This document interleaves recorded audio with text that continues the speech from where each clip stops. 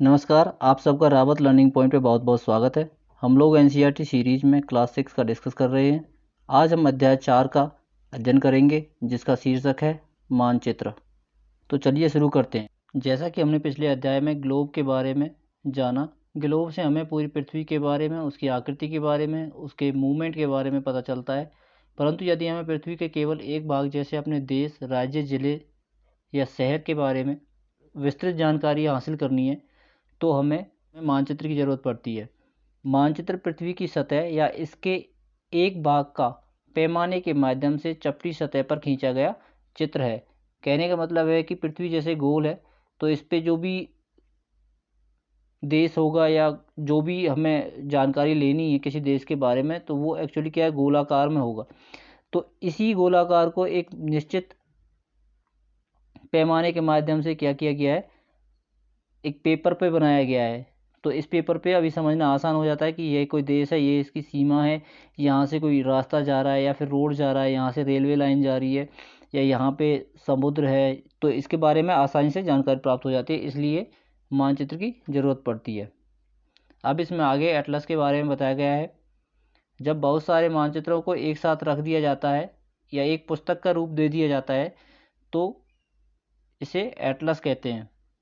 अभी इसमें आगे मानचित्रों के प्रकारों को बताया गया है। मानचित्र विभिन्न प्रकार के होते हैं जिनमें से कुछ का वर्णन नीचे किया गया है। जैसे कि भौतिक मानचित्र, पृथ्वी की प्राकृतिक आकृतियाँ जैसे पर्वतों, पठारों, नदियों, महासागरों इत्यादि को दर्शाने वाले मानचित्र को भौतिक या उच्चावच मानचित्र कहते हैं। तो वैसे मानचित्र जिसपे पृथ्वी की जो प्राकृतिक आकृतियाँ हैं, जैसे कहीं पे पर्वत बने हुए हैं, कहीं पे पठार है, कहीं पे मैदानी एरिया है या कहीं पे नदी बनी हुई है, तो ऐसे मानचित्रों को जो दर्शाता है उसे भौतिक मानचित्र कहते हैं। आइए अब मानचित्र का दूसरा प्रकार देखते हैं, राजनीतिक मानचित्र।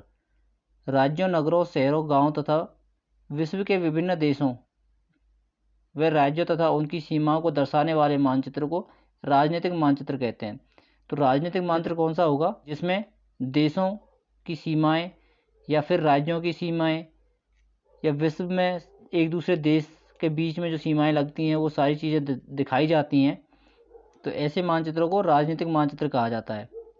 अब आगे है इसमें थीमेटिक मानचित्र, कुछ विशेष जानकारी प्रदान करने वाले, जैसे कि सड़क मानचित्र, वर्षा मानचित्र, वन तथा उद्योग आदि को दर्शाने वाले मानचित्र थीमेटिक मानचित्र कहलाते हैं। तो थीमेटिक मानचित्र कौन से हैं, जिनमें कुछ स्पेसिफिकेशन दिया हो, जैसे कि ओनली सड़कों के बारे में जानकारी दी गई हो, पूरे देश में जितनी भी सड़कें हैं या पूरे विश्व में जो भी सड़कें हैं उनके बारे में जानकारी दी गई हो, तो वो थीमेटिक मानचित्र में आएगा।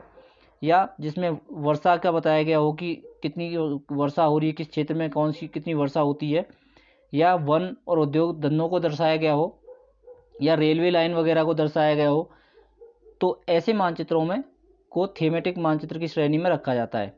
मानचित्र के 3 घटक होते हैं, दूरी, दिशा तथा प्रतीक। ये तीनों बहुत ही ज़रूरी है मानचित्र में शो करना, क्योंकि इनसे ही हम मानचित्र की पूरी जानकारी को ले सकते हैं। अभी हम मानचित्र के पहले घटक के बारे में जानेंगे, जो है दूरी। तो इसमें दिया है, मानचित्र एक आरेखन होता है जो पूरे विश्व या उसके एक भाग को छोटा कर कागज़ के एक पन्ने पर दर्शाता है। ये तो बिल्कुल सही है कि मानचित्र एक रेखा चित्र है या एक डायग्राम है जो पूरे विश्व या उसके एक छोटे भाग को किसी कागज़ पे दर्शाता है। मानचित्र छोटे पैमाने से खींचे जाते हैं, लेकिन इतनी सावधानी से इन्हें छोटा किया जाता है ताकि स्थानों के बीच की दूरी वास्तविक रहे। चित्र को खींचते समय ये पूरा ध्यान दिया जाता है कि ग्राउंड पे यानी कि ज़मीन पे जो वास्तविक दूरी है उतनी ही दूरी इसकी पैमाने के माध्यम से स्केल पे बनाई जाए, मैप पे बनाई जाए या कागज़ के टुकड़े पे बनाई जाए। तो इस दूरी को सही से बनाए रखने के लिए ग्राउंड की दूरी और जो कागज़ पे बने हुए जो मानचित्र पे दूरी को सही से बनाने के लिए, जिससे कि वो गलत ना हो, हमें एक पैमाने की ज़रूरत पड़ती है। पैमाना सतह पर वास्तविक दूरी तथा मानचित्र पर दिखाई गई दूरी के बीच का अनुपात होता है। तो पैमाना क्या होता है, जो मानचित्र पर दिखाई गई दूरी और वास्तविक दूरी उनके बीच का अनुपात होता है। जैसे कि अगर हम मान लें आपका विद्यालय आपके घर से 10 किलोमीटर दूर है, जिसे मानचित्र में 2 सेंटीमीटर की दूरी से व्यक्त किया गया है। इसका मतलब होगा कि मानचित्र में 1 सेंटीमीटर 5 किलोमीटर को दर्शाएगा, यानी कि 2 सेंटीमीटर 10 किलोमीटर को दर्शा रहा है यहाँ पे, क्योंकि आपका घर जो है वो स्कूल से 10 किलोमीटर दूर है, और जिसको हमने मानचित्र पर 2 सेंटीमीटर में दर्शाया, तो 1 सेंटीमीटर मानचित्र पर दर्शाएगा 5 किलोमीटर को, तो पैमाना बन जाएगा 1 centimetre is equal to 5 kilometre. ये उस मानचित्र का पैमाना होगा। उस मानचित्र में दी गई जो भी डिस्टेंस है, जो भी दूरी है, उसको हम स्केल के माध्यम से मापेंगे। जैसे यदि दी गई मानचित्र में दूरी 2 सेंटीमीटर होती है तो वास्तविक दूरी 10 किलोमीटर होगी। दी गई दूरी अगर 3 सेंटीमीटर होती है तो वास्तविक दूरी 15 किलोमीटर होगी। और यदि दी गई दूरी 4 सेंटीमीटर होती है तो वास्तविक जो ग्राउंड पे दूरी होगी वो 20 किलोमीटर होगी। कहने का मतलब है जो रेशियो बनेगा वो 1:5 का बनेगा, यह अनुपात बनेगा आपका। अभी पैमाने के आधार पर भी 2 प्रकार के मानचित्र हो सकते हैं, एक होता है छोटे पैमाने वाला मानचित्र और एक होता है बड़े पैमाने वाला मानचित्र। तो अभी हम पहले देखते हैं छोटे पैमाने वाला मानचित्र। जब बड़े क्षेत्रफल वाले भाग जैसे महाद्वीपों या देशों को कागज पर दिखाया जाता है तब हम लोग छोटे पैमाने का उपयोग करते हैं। उदाहरण के लिए 5 सेंटीमीटर सतह के 500 किलोमीटर को दर्शाएगा, तो इसे छोटे पैमाने वाला मानचित्र कहते हैं। तो इस मानचित्र में जो 5 सेंटीमीटर होगा वो ज़मीन के 500 किलोमीटर को दर्शाएगा। तो जहाँ पे दो स्थानों के बीच की दूरी 5 सेंटीमीटर होगी, वहाँ पे उन दोनों स्थानों के बीच की दूरी ज़मीन पे 500 किलोमीटर होगी। अभी दूसरा है बड़े पैमाने वाले मानचित्र। जब एक छोटे क्षेत्रफल वाले भाग जैसे आपके गांव या शहर को कागज़ पर दिखाया जाता है तब हम बड़े पैमाने वाले मानचित्र का उपयोग करते हैं। जैसे सतह पर 500 मीटर की दूरी को मानचित्र में 5 सेंटीमीटर से दर्शाया जाता है। यानी कि मानचित्र में जिन दो स्थानों के बीच की दूरी 5 सेंटीमीटर होगी, ज़मीन पर उनकी दूरी 500 मीटर होगी। तो इससे हमें ज़्यादा जानकारी प्राप्त होगी, क्योंकि उसी कागज़ के टुकड़े में हम केवल एक छोटे एरिया को दर्शाएंगे। इस प्रकार के मानचित्र को बड़े पैमाने वाला मानचित्र कहते हैं। बड़े पैमाने वाले मानचित्र छोटे पैमाने वाले मानचित्र की अपेक्षा अधिक जानकारी प्रदान करते हैं। क्यों करते हैं? क्योंकि जो मान के चलो ये एक कागज़ का टुकड़ा है, ये एक मानचित्र है, ये छोटे पैमाने वाले मानचित्र है। तो छोटे पैमाने वाले मानचित्र पे पूरे देश के बारे में जानकारी होगी और तभी वो उसका स्केल छोटा करके हम सारी जानकारी उसमें दे सकते हैं। और इसी कागज़ के टुकड़े पे यदि हम अपने गांव की केवल गांव की जानकारी हमें देनी हो तो हम बड़े स्केल का प्रयोग करेंगे, बड़े पैमाने का प्रयोग करेंगे, जिससे कि हम उसके बारे में विस्तृत जानकारी दे सकते हैं। इसलिए बड़े पैमाने वाले मानचित्र में छोटे पैमाने वाले मानचित्र की अपेक्षा अधिक जानकारी होती है। अभी हम मानचित्र के दूसरे घटक के बारे में जानेंगे, जो है दिशा। आप सभी ने मानचित्र के ऊपर जो उसकी दिशा को शो करता है, ये हमेशा एरो के साथ नॉर्थ जो आपकी उत्तर दिशा होती है उसको दर्शाता है। तो चलिए देखते हैं। अधिकतर मानचित्रों के ऊपर दाहिनी तरफ तीर का निशान बना होता है जिसके ऊपर U लिखा होता है।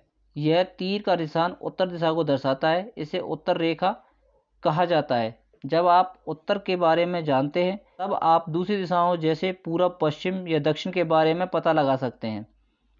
तो अभी ये मैप के माध्यम से समझते हैं। जब हम मैप में तीर का निशान होगा और ऊपर U लिखा होता है तो इसका मतलब ऊपर की तरफ क्या है, उत्तर दिशा होती है, और उसी के जस्ट नीचे दक्षिण दिशा होगी। तो जब ये इस ऊपर उत्तर हो गया, नीचे दक्षिण हो गया, उसके बाद में लेफ्ट साइड में आपका पश्चिम हो जाएगा और इस साइड राइट साइड में पूरब होता है। तो ये 4 मुख्य दिशाएं होती हैं जिन्हें प्रधान दिग्बिंदु भी कहा जाता है। अब जैसा इसमें आगे बताया गया है, 4 प्रमुख दिशाओं उत्तर, दक्षिण, पूर्व तथा पश्चिम को प्रधान दिग्बिंदु कहते हैं। अब देखते हैं हम इन चारों दिशाओं के उत्तर, दक्षिण, पूर्व, पश्चिम के बीच की जो दी गई दिशाएं हैं इन्हें कैसे निकाला जाता है। उत्तर और पूर्व के बीच में जो दिशा होती है उसको उत्तर पूर्व के नाम से जानते हैं। दक्षिण और पूर्व के बीच में जो दिशा होगी उसको दक्षिण पूर्व कहा जाता है। दक्षिण और पश्चिम के बीच में जो दिशा होगी उसको दक्षिण पश्चिम कहा जाएगा, और उत्तर व पश्चिम के बीच में जो दिशा होगी उसे उत्तर पश्चिम कहा जाएगा। इस प्रकार से मुख्य 8 दिशाएं हो जाती हैं। अभी आप देखिए ये विकास का घर है और ये सामुदायिक केंद्र है, तो इसकी दिशा सीधे ऊपर की तरफ है। इसका मतलब उत्तर दिशा में ये विकास के घर से उत्तर दिशा में सामुदायिक केंद्र है। यदि हम खेल के मैदान का पता लगाएंगे तो ये खेल का मैदान है और ये विकास का घर है, तो यहाँ से दिशा जो बनेगी इसकी वो उत्तर पूरब बनेगी, क्योंकि इस साइड में आपकी पूरब दिशा है और ये वाली उत्तर दिशा है, तो ये बीच के दोनों के बीच की उत्तर पूरब दिशा में आपका खेल का मैदान है। अभी हम देखते हैं दुकानों से विद्यालय की दिशा, तो दुकानें यहाँ पे हैं और विद्यालय ये यहाँ पे आपका, तो यहाँ से उत्तर दिशा ऊपर की तरफ, इस साइड में पूरब दिशा, तो दुकानों से पूरब दिशा में आपका विद्यालय स्थित है। अब इस अध्याय में आगे दिक्सूचक के बारे में बताया गया है। दिक्सूचक की सहायता से किसी स्थान का दिशा का पता लगाया जा सकता है। यह एक यंत्र है, इसकी सहायता से मुख्य दिशाओं को पता लगाया जा सकता है। इसकी चुंबकीय सुई की दिशा हमेशा उत्तर दक्षिण की दिशा को दर्शाता है। तो दिक्सूचक एक यंत्र है जिसमें एक सुई होती है, इसमें इसका एक सिरा उत्तर दिशा को दर्शाएगा और दूसरा सिरा आपको दक्षिण दिशा को दर्शाता रहता है।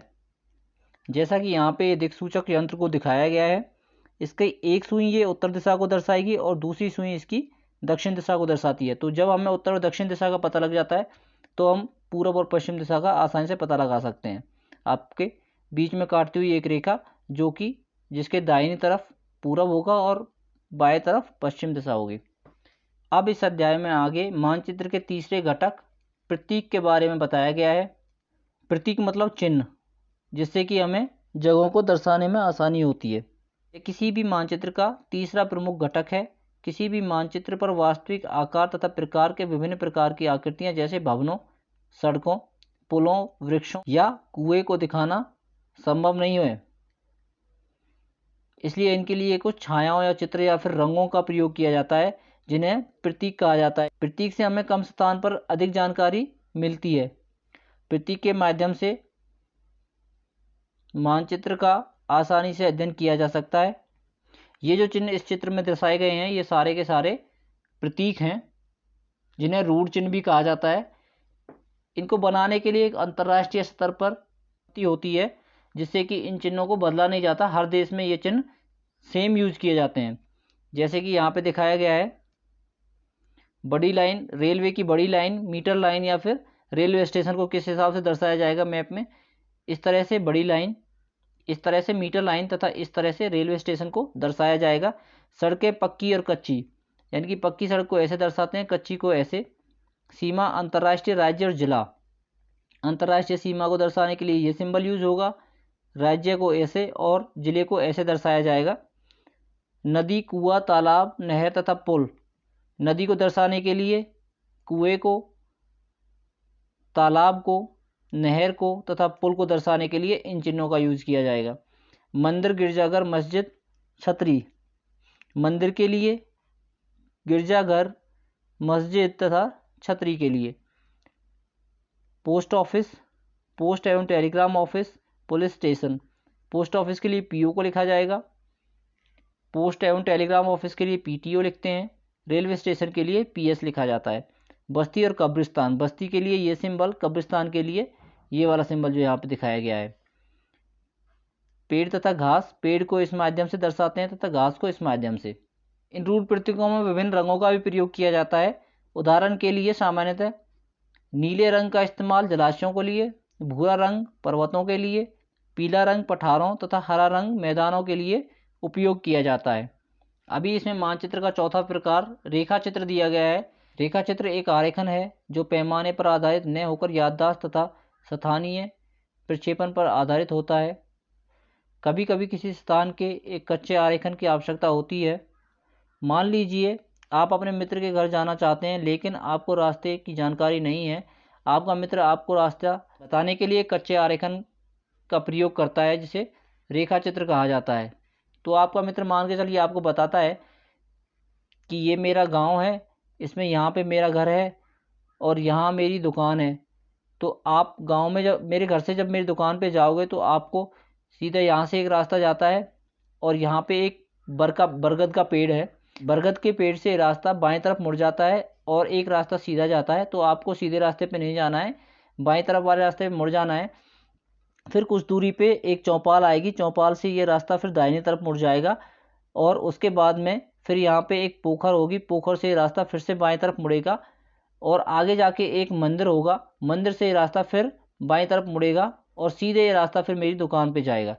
तो ये जो डायग्राम बनता है, ये जो रेखा चित्र बनता है, इसको रेखा चित्र कहा जाता है। इसमें ना कोई पैमाना होता है, ना कोई स्केल होता है, ना कोई दिशा होती है, इसमें बस आपकी याददाश्त के आधार पर इसको बनाया जाता है। तो ये रेखा चित्र कहलाता है।